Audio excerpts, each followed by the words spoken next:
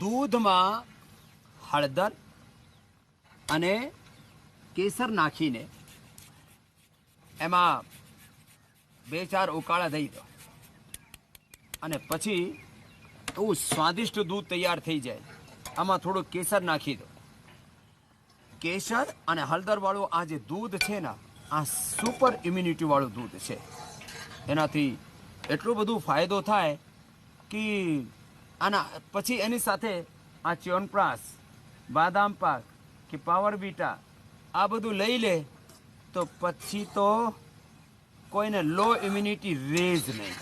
અને આ દૂધમાં પછી થોડુંક આ શિલાજીત નાખી દે. શિલાજીતના મેં ટીપા તૈયાર કરી દીધા છે, તો એનાથી જબરદસ્ત ફાયદો થાય. પછી ઉકાળામાં રેડીમેડ તો આ દિવ્ય પે અને સોસારી છે. બાકી આ ગળો, તુલસી, લોંગ, આમાં અર્જુનની છાલ, દાલચીની, અશ્વગંધા, શતાવર આ બધું મેળવીને એનો ઉકાળો. એ ઉકાળો અમે કરોડો લોકોને બતાવ્યું અને આ ઉકાળામાં પછી મધ નાખીને આ પી લો, ને તો દિવ્ય પે પી લો. આ તો વાત થઈ આજના પાકશાસ્ત્રની. અને યોગશાસ્ત્રમાં આજે અમારી સાથે ઘણા બધા યોગીઓ અહીંયા તૈયાર છે જે કોરોનાથી મુક્તિ પામીને અહીંયા બેસ્યા છે. અમે યોગથી અને યજ્ઞથી આ કોરોનાનો પ્રિવેન્શન, કોરોનાનું ટ્રીટમેન્ટ અને કોરોનાના કોમ્પ્લિકેશન્સ આ બધાને મટાડી નાખ્યા છે. યોગ અને યજ્ઞ. યજ્ઞમાં આ જે ઘી છે ને, આ પહેલાં તો આ અગ્નિ પ્રજ્વલિત થાય, પછી આમાં આ અમે ઘીની આહુતિ આપીએ તો યજ્ઞનો જે ધુમાડો છે ને, આ બધા બેક્ટેરિયા, વાયરસ, ફંગસને મટાડી નાખે અને એનાથી ડિવાઇન એનર્જી મળે. તો આ યજ્ઞ થેરાપીની વાત થઈ. બાકીની વાત છે કોરોના માટે અણુ તેલ, સરસોના તેલ કે બાદામ રોગન કે માલકાંગણીનું તેલ, જ્યોતિષમતીનું તેલ, એનાથી નસ્ય. અને પછી ભૂખ્યા પેટે શ્વાસારી અને જમ્યા પેટે પછી કોરોનેલ આપીને અમે કોરોનેલ કિટ બનાવી, એનાથી ઘણા લોકોને અમે સાજા કર્યા. અને પછી જેને બીપી હતું, સુગર હતું, જેને ઓબિસિટી, જેને હાર્ટની પ્રોબ્લેમ હતી, એના માટે અમે ઘણા બધા ઉપાયો બતાવ્યા છે. એ તો એક એક કરીને બતાવીશ. સૌથી પહેલાં મંડૂકાસનથી માંડીને જેનાથી જે થાય શીર્ષાસન સુધી, મંડૂકાસન, યોગ મુદ્રાસન, વક્રાસન, ગોમુખાસન, આ બધા આસનો જેનાથી જે થાય આ બધા આસનો સાથે સાથે પછી પ્રાણાયામ 1 મિનિટ, 2 મિનિટ, અને અસાધ્ય રોગોમાં 5, 10 મિનિટ આ આસનો અમે કરાવ્યા. અને પછી બીપી વાળાને મુક્તાવટી, બીપી ગ્રીટ, શુગર વાળાને મધુનાશિની, મધુગ્રીટ, હાર્ટ વાળાને કાર્ડિયોગ્રીટ અને હૃદયામૃત, મસ્તિષ્ક રોગમાં ન્યુરોગ્રીટ, ઇમ્યુનોગ્રીટ અને મેધાવટી, પેટની બીમારીઓમાં લીવોગ્રીટ અને લીવામૃત. આવી જ રીતે જેને બહુ મોટાપો હતો એને મેદો અરવટી કે ત્રિફલા ગુગળ કે આ બધું આપી અને ગોધન અર્ક. એ તો અદ્ભુત છે બધા જ શરીરના રોગોને મટાડવા માટે. નાનકડા ઉપાયો કરીને અમે મોટા રોગોને મટાડ્યા છે. તે આજે મારું આજનું અભિયાન છે, ચલો બટરફ્લાય કરો સભી, કે આ દેશમાં કોરોનાની ત્રીસરી લહેર નહીં આવે. આ દેશમાં યોગ, આયુર્વેદની, યજ્ઞની, નેચરોપેથીની, પંચમહાભૂત ચિકિત્સાની, પંચકર્મા, ષટકર્માની, જલનીતિ, સૂત્રનીતિ, આ જે નાનકડી વાતો અમે બતાવી છે, આ દેશમાં યોગની લહેર છે તો કોરોનાની લહેર નહીં આવે. એનાથી જે બહાર નીકળ્યા અને જે યોગ નહીં કરતા હતા એ બહુ જ દુઃખ પામ્યો છે. तो कैसे लोगों ने योग से, यज्ञ से, आयुर्वेद से, नेचुरोपैथी से अपने आप को बचाया है. और मैंने कहा कोरोना की लहर नहीं, अब योग की, यज्ञ की, आयुर्वेद की, नेचुरोपैथी की, पंचमहाभूत चिकित्सा की, पंचकर्मा, षटकर्मा की, जो छोटी छोटी हमारी बातें हैं, इनको अपना करके अपनी संस्कृति की लहर को जिन्होंने बरकरार रखा वो उनके ऊपर ये कहर नहीं बरपा. और जो जिनसे चूक हो गई तो फिर वो अपूर्णीय क्षति जिसको कभी पूरा नहीं किया जा सकता, उससे गुजरे। एक एक करके आपको हम लाइव एग्जाम्पल्स के साथ, लाइव एक्सपीरियंस के साथ इसलिए बताते हैं कि ये सब देख करके सुन करके दूसरे लोग कम से कम प्रेरणा लें। आपके घर में किस किस को हुआ था कोरोना बहन? स्वामी जी प्रणाम। प्रणाम। बैठे बैठे बात कर ले। मेरा भाई, प्राणायाम कर लो और सूक्ष्म मैम कर लो। भाई था मेरे से छोटा, उसको हुआ था, लेकिन उसे जैसे फीवर आया तो उसे पता चल गया था, शायद उसे पता हो गया कि मुझे कोरोना हुआ है, तो वो पहले ही अलग से शिफ्ट हो गया था, तो किसी और को नहीं हो पाया। लेकिन उसे जब हम हॉस्पिटल में लेकर गए तो पूरे में फैल चुका था उसका, और जून में। और कितने दिन रहा फिर हॉस्पिटल में? चौथे दिन खत्म हो गया था। चौथे दिन खत्म हो गया। और उम्र कितनी थी? 45 ईयर। लोग कहते हैं जवानों को, बच्चों को, बूढ़ों को, इस रोगी को, उस रोगी को, बीपी शुगर थायराइड वालों को, ओबेसिटी वालों को कोरोना होता है, ऐसा कुछ भी नहीं है। अब यहाँ पर ही बैठे, इनमें मोटे भी हैं, इनमें पतले भी हैं, कम उम्र वाले भी हैं, ज़्यादा उम्र वाले भी हैं। और बीपी कितनों को था आपको?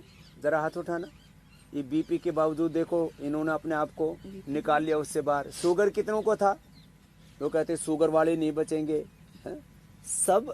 लेकिन इसमें मेन बात यही है कि जिनकी इम्यूनिटी वीक होती है, फेफड़े कमजोर होते हैं, उसी को कोरोना घेरता है।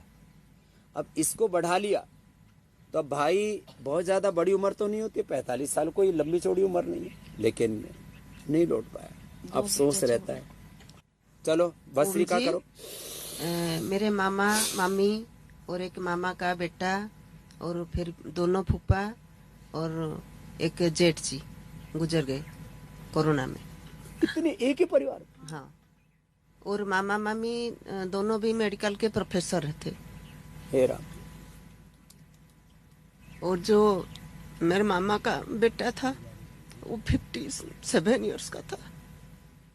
अब पूरा का पूरा परिवार ही।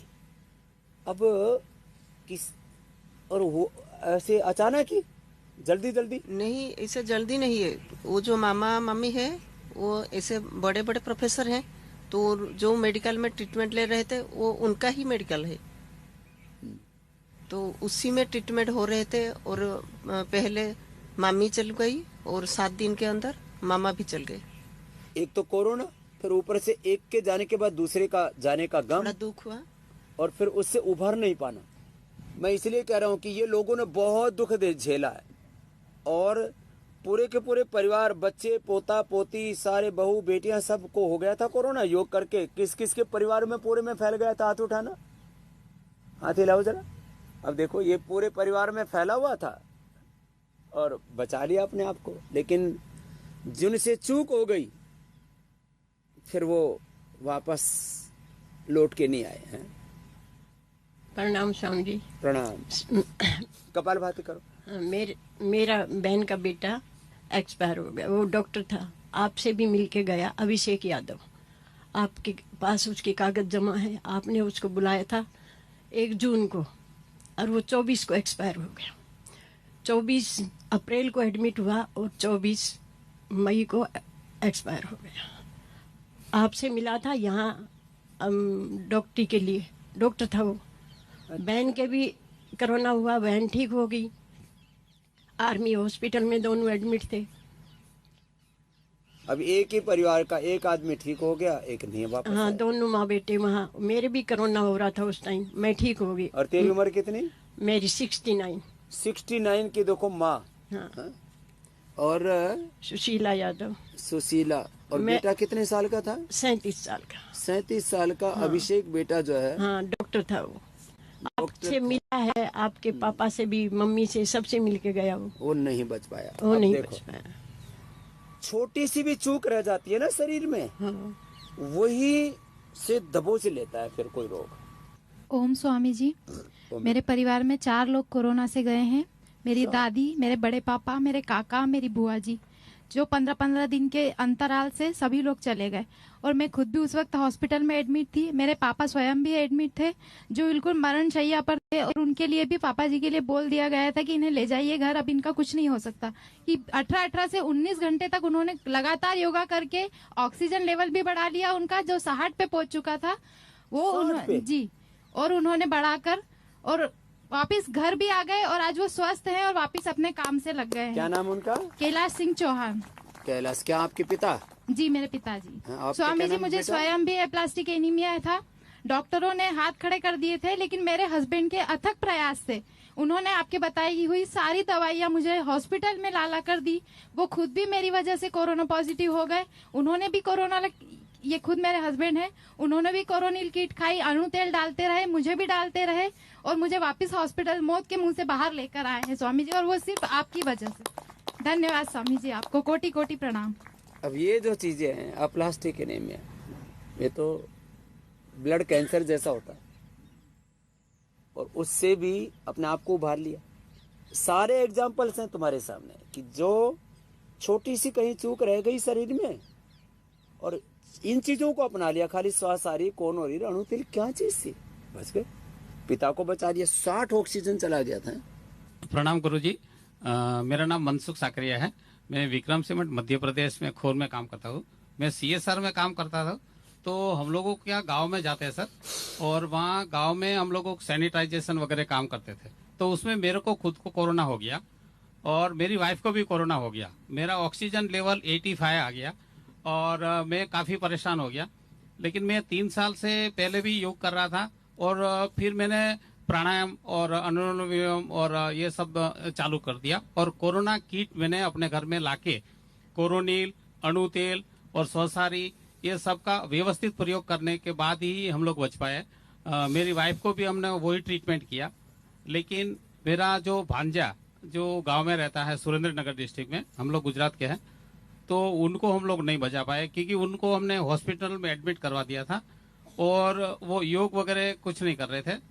उनको 40-40 हजार के इंजेक्शन भी हम लोगों ने दिलवाए, लेकिन हम लोग भी दूर थे और हम लोग हेल्पलेस थे, हम लोग कर नहीं पाए सर। तो ये योग, इसलिए मैं कहता हूं कभी मत छोड़ो। ये तुम्हारे जन्मों जन्मों का साथी है। पिछले जन्मों से भी योग के संस्कार हमारे जीवन में है और आने वाले जन्मों में भी योग जो है, योग का संस्कार को, मैं स्वामी रामदेव एक जन्म का योगी नहीं है, जुगन जुगन का योगी है। एक बात बता रहा हूं तुमको, ये योग के संस्कार जन्म जन्मांतरों तक तुम्हारे साथ रहते हैं। नहीं तो हम तो गांव के बालक, हमको कौन योग सिखाने वाला था? आज तो मैं तुमको योग सिखा रहा हूं, मुझे किसने सिखाया? तो ये संस्कार हैं जो जन्म जन्मांतरों से चलते हैं। पीछे देना, पीछे पीछे। हाँ। तो अलग अलग ये आज की प्रेरणाएं मैं इसलिए लोगों को सुना रहा हूं। कपालभाति के बाद अनुलोम विलोम कर लो कि इसको नहीं छोड़ना। बाकी सारी चीजें संसार में सब कुछ है, घर परिवार बिजनेस व्यापार धन दौलत सब कुछ काम आएगा, लेकिन योग के साथ काम आएगा। हाँ? जी बहन। प्रणाम स्वामी जी। प्रणाम। मुझे कोरोना हो गया था 22 नवंबर को और 22 नवंबर को मेरी रिपोर्ट आई थी। पहले मुझे बुखार आना शुरू हुआ तो डॉक्टर को दिखाती रही, लेकिन साथ में डॉक्टर तो बोला कि अभी और टेस्ट कराओ, ये टेस्ट कराओ, लेकिन मैं कोरोनिल और स्वासाहारी और अणु तेल नाक में डालती रही। 8 दिन बाद मेरा बुखार तो ठीक हो गया, लेकिन उसके बाद मेरी रिपोर्ट पॉजिटिव आ गई। बुखार मेरा सब ठीक हो गया, रिपोर्ट पॉजिटिव आ गई और फिर उन्होंने बोला नेगेटिव है, कोई सिम्टम नहीं है, बस रिपोर्ट। फिर मुझे डॉक्टर ने बोला कि भाई इनको आइसोलेट कर दो। मुझे घर में ही आइसोलेट कर दिया गया। अब मुझे कुछ समझ नहीं आया कि क्या करूं। अपने ही कमरे में योग करती रही मस्त होके और उसके बाद मैं स्वस्थ हो गई। मेरी बेटी को भी हो गया था, वो भी योग देखकर स्वस्थ हुई और हम दोनों एक ही कमरे में रहे 15 दिन और स्वस्थ होके बाहर आ गए। उसके बाद हमारे घर में स्वस्थ वातावरण रहा सर। ये अच्छी बात है। अब कई बार सारी चीजें ठीक है, बोले रिपोर्ट पॉजिटिव, और कई बार जो है सारी चीजें गड़बड़ है और रिपोर्ट नेगेटिव है। ये पॉजिटिव नेगेटिविटी में भी बहुत लोग जो है मारे गए। अगली बहन को देना। प्रणाम स्वामी जी, मेरा नाम सुनीता अग्रवाल है। अब तो सूर्य का प्रकाश भी और सूर्य स्वर चंद्र स्वर दोनों से प्राणायाम करो। मेरी ननद 45 इयर्स की थी, 1 महीने हॉस्पिटल में भर्ती रही, लाखों रुपए खर्च किए, 40-40 हजार के इंजेक्शन लगाए, लेकिन हम कुछ नहीं कर पाए। वो डॉक्टर थे ना, उनके सामने हमारा योग चला नहीं। डॉक्टर को हम हॉस्पिटल में हमारा इलाज करा नहीं पाए। वो डॉक्टर जैसे बोलते गए वैसे करते गए और वो चले गए। क्या नाम था? मीना। मेरा नाम सुनीता है, उनका नाम मीना था। मीना। अब जिनको घर से- हॉस्पिटल लेके के गए कि भाई ये ज्यादा वहाँ अच्छा ट्रीटमेंट हो जाएगा। अच्छा, लोग ना ये कोरोना की जब ये एकदम प्रचंड लहर आई ना तो लोग घबरा गए, बोले भाई हॉस्पिटल में जाओ, वहां बचा लेंगे, डॉक्टर है वहाँ, ऑक्सीजन है वहाँ, दवाइयां हैं वहाँ पर जो है वो है क्या कहते हैं स्टीराइड है वहाँ, ये सब दे देंगे। लेकिन हमारे घर वालों ने बोला हॉस्पिटल लेकर नहीं जाना है, अपना घर का इलाज योग का ही करना है। यो कर लिया, अणु तेल डालिया, 100 सारी कोरोनिल खा लिया, अगले को देना। स्वामी जी प्रणाम। प्रणाम। हमारे घर में 4 आदमी गए, मेरे देवर, 2 देवर 2 जेठ गए, एक आके ससुरा जी गए। इतना कहाँ से आई हो? राजस्थान नागौर से। नाम के है जीजी? सस्सी। शशि।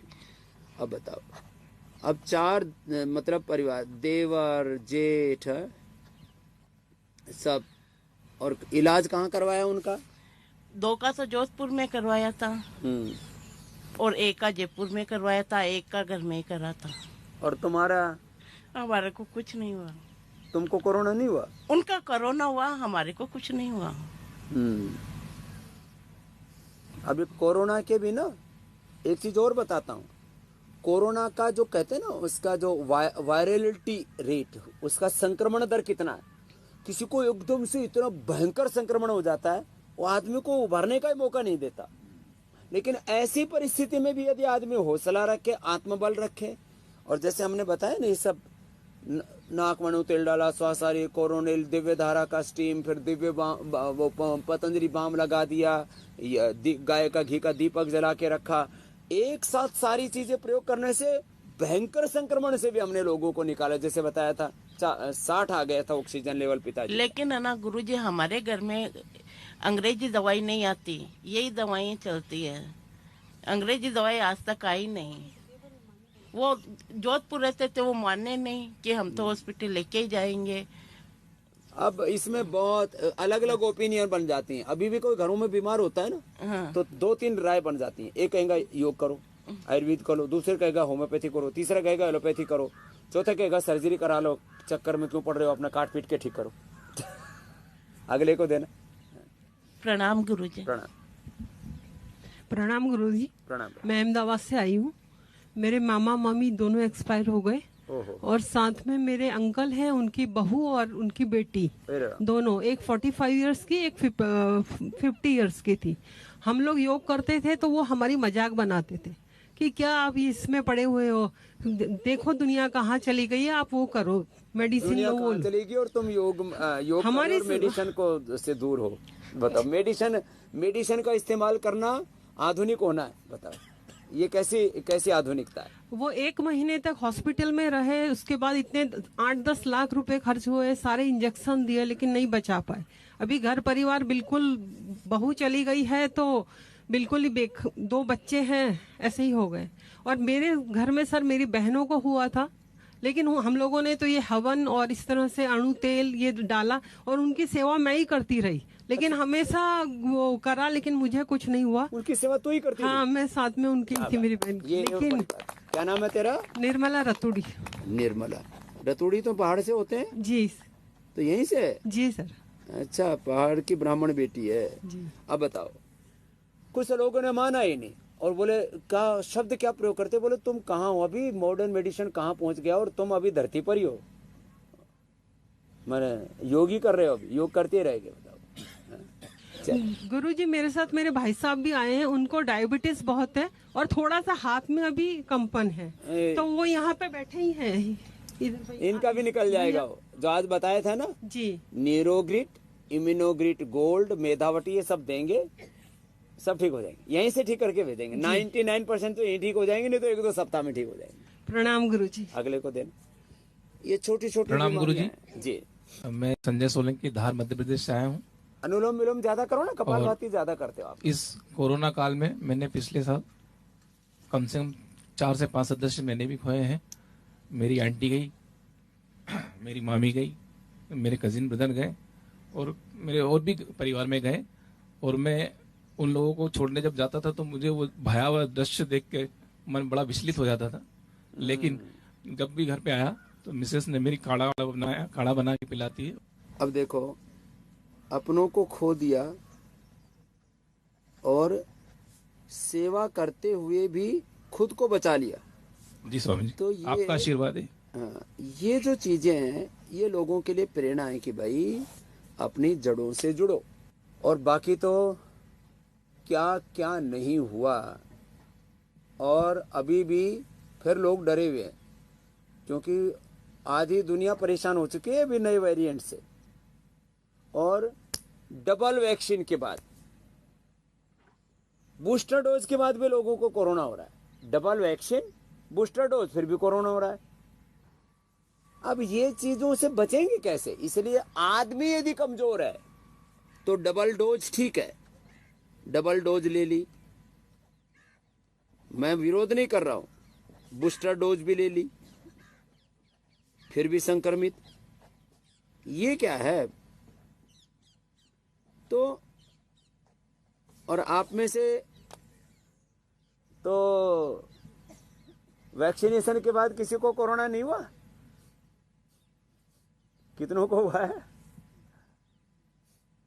वैक्सीनेशन के बाद? अभी उसको देना भाई।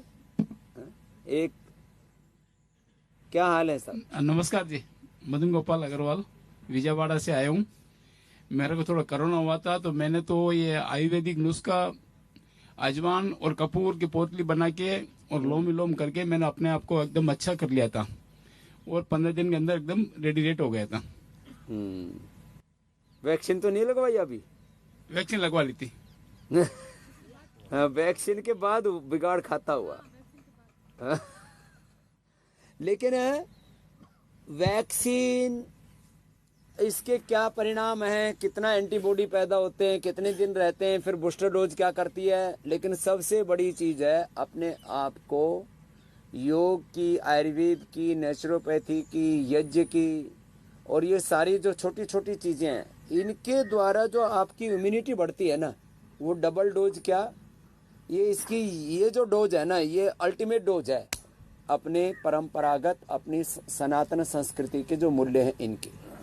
तो मारू कहेવાનું एक ज प्रयोजन છે, ફક્ત નાનકડો આસનોથી, જળનીતિ, સૂત્રનીતિ, ત્રાટકથી, એક નાનકડી પ્રક્રિયાઓ કરીને તમે મોટી બીમારીઓને મટાડી શકો છો, મહામારીઓને મટાડી શકો છો। એવા પ્રત્યક્ષ ઉદાહરણો આપના સામે છે। ચલો ભ્રામરી ઉદ્ગીત कर लेते हैं।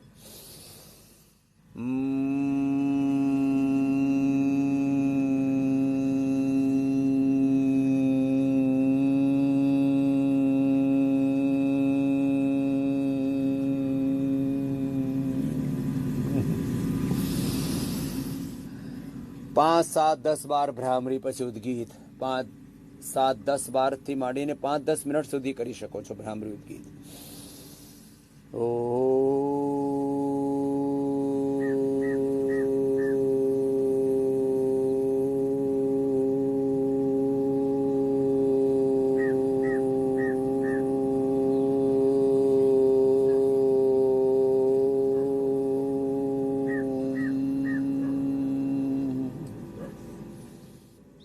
તો આવી રીતે આ પ્રાણાયામ કરજો, યોગ, યજ્ઞ, આયુર્વેદ અને નેચરોપેથીથી પોતાને ઉભારજો।